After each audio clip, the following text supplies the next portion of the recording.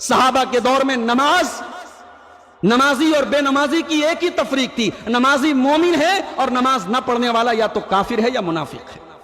آج کتنے گھر ایسے ہیں جہاں کوئی اللہ کا نام لینے والا نہیں، کوئی ایک شخص فجر کی نماز میں حی علی الصلاۃ اور الصلاۃ خیر من النوم کہتے کہتے مؤذن کا گلا بیٹھ جاتا ہے، مگر کوئی ایک شخص بھی اٹھ کر کے فجر کی نماز میں آنے والا نہیں ہے۔ کتنی فیملیز ایسی ہیں، کتنے پریوار ایسے ہیں میرے بھائی۔ نماز کے لیے کمپٹیشن ہوا، لیکن آپ کبھی غور کیجئے کہ کیا ہمارا سماج آج اس موڑ پر پہنچ گیا کہ ہمیں نماز کی طرف لوگوں کو بلانے کے لیے انعامات رکھ کے ہمیں کمپٹیشن کرانا پڑ رہا ہے؟ نماز کوئی ایسی چیز تو نہیں تھی میرے بھائی صحابہ کے دور میں کہ جس کے لیے کمپٹیشن کرانا پڑے۔ وہاں مسلمانوں میں کوئی ایسا طبقہ نہیں تھا جو بے نمازی کا طبقہ۔ آج کتنے گھر ایسے ہیں جہاں کوئی اللہ کا نام لینے والا نہیں، کوئی ایک شخص فجر کی نماز میں حی علی الصلاۃ اور الصلاۃ خیر من النوم کہتے کہتے مؤذن کا گلا بیٹھ جاتا ہے، مگر کوئی ایک شخص بھی اٹھ کر کے فجر کی نماز میں آنے والا نہیں ہے۔ کتنی فیملیز ایسی ہیں، کتنے پریوار ایسے ہیں میرے بھائی۔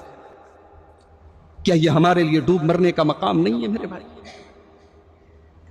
قرآن کریم میں اللہ تعالیٰ نے اپنے خلیل حضرت ابراہیم علیہ السلام کا ذکر کیا۔ حضرت ابراہیم علیہ السلام جب اپنے معصوم بچے اسماعیل کو اور اپنی بیوی ہاجرہ کو جب مکہ کی بیاب و گیا سرزمین میں چھوڑتے ہیں اللہ کے حکم سے اور کچھ دور آگے بڑھتے ہیں تو ایک دعا کرتے ہیں۔ کیا دعا کرتے ہیں؟ ذرا اس دعا کے الفاظ پر غور کیجیے۔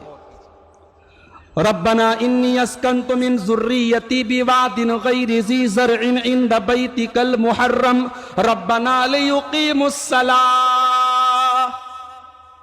پروردگارا اپنے بیوی بچے کو اس بے آب و گیا سرزمین میں مکہ کی سرزمین میں چھوڑ کے جا رہا ہوں، جہاں کوئی کھیتی نہیں، کوئی اناج کا دانہ نہیں، جہاں پانی کا انتظام نہیں، جہاں آبادی کا انتظام نہیں۔ اے اللہ تیرے حکم پہ چھوڑ کے جا رہا ہوں، ربنا لیقیموا الصلاۃ۔ اے اللہ تو میری نسلوں کو، میری آنے والی نسلوں کو، میری اولاد کو، میری فیملی کو تو نماز قائم کرنے کی توفیق دینا۔ نماز اتنی بڑی چیز تھی ان کی نظر کہ اس موڑ پر، اس سچویشن میں بھی اپنی اولاد کے لیے نماز کی دعا کرتے ہیں حضرت ابراہیم علیہ السلام۔ اس سے یہ بھی پتا چلا کہ کوئی نمازی ہے تو غرور نہ کرے، فخر نہ کرے کہ میں تو نمازی ہوں۔ تو نماز پڑھتا ہے تو یہ رب کی توفیق ہے، تجھے اللہ نے توفیق دی ہے، اور ہمیشہ اللہ سے دعا کرتے رہو کہ اللہ اس توفیق پر قائم رکھے۔ ابراہیم علیہ السلام نے یہ بھی دعا کی تھی، رب اجعلنی مقیم الصلاۃ ومن ذریتی، اے میرے پروردگار تو مجھے بھی نماز کو قائم کرنے والا بنا اور میری اولاد کو بھی نماز قائم کرنے والا بنا۔ اپنے لیے اور اپنی اولاد کے لیے دعا کیا کرو، نماز کا حکم دو، نماز کے لیے کوشش کرو، نماز کے لیے محنت کرو، اور پلس نماز کے لیے دعا بھی کرو کہ اللہ مجھے اور میرے بچوں کو نماز کا پابند بنا۔ یہ 20 بچے جو آج 45 دن لگاتار نماز جن بچوں نے پڑھی ہے، آج ان کے والدین کے سینے خوشی سے بھرے ہیں۔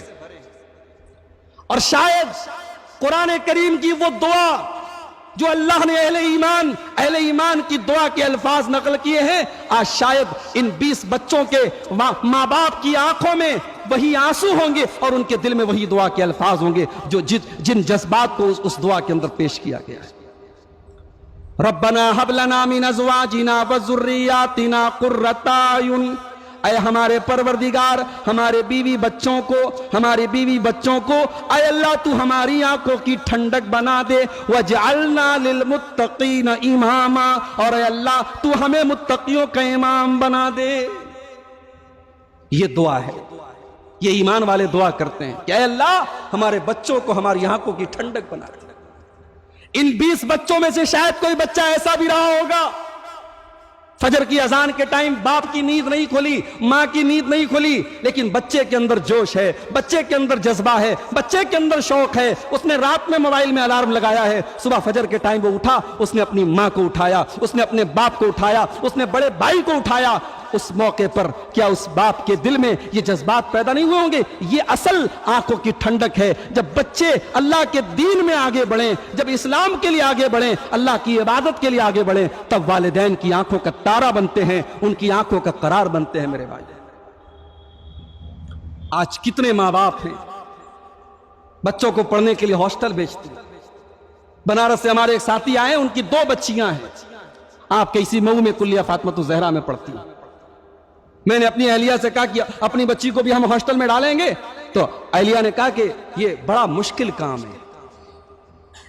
اولاد کو اپنی آنکھوں سے دور رکھنا یہ ایک ماں کے لیے بڑا مشکل کام ہے. مجھے علامہ ابن تیمیہ کی ماں یاد آ گئی.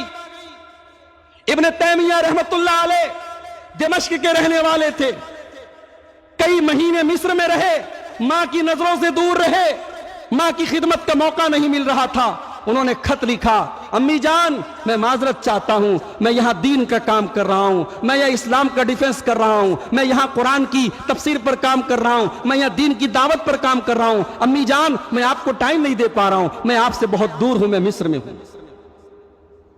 علامہ ابن تیمیہ کی ماں نے جو جواب دیا تھا میرے بھائی، اللہ اکبر، کہتا ہے میرے بیٹے ابن تیمیہ،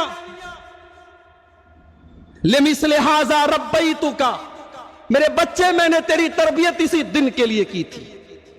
وعلی شرائع الدین علمتک، میں نے تجھے تعلیم یہی دی تھی، میں نے اسی دن کے لیے تجھے تیار کیا تھا.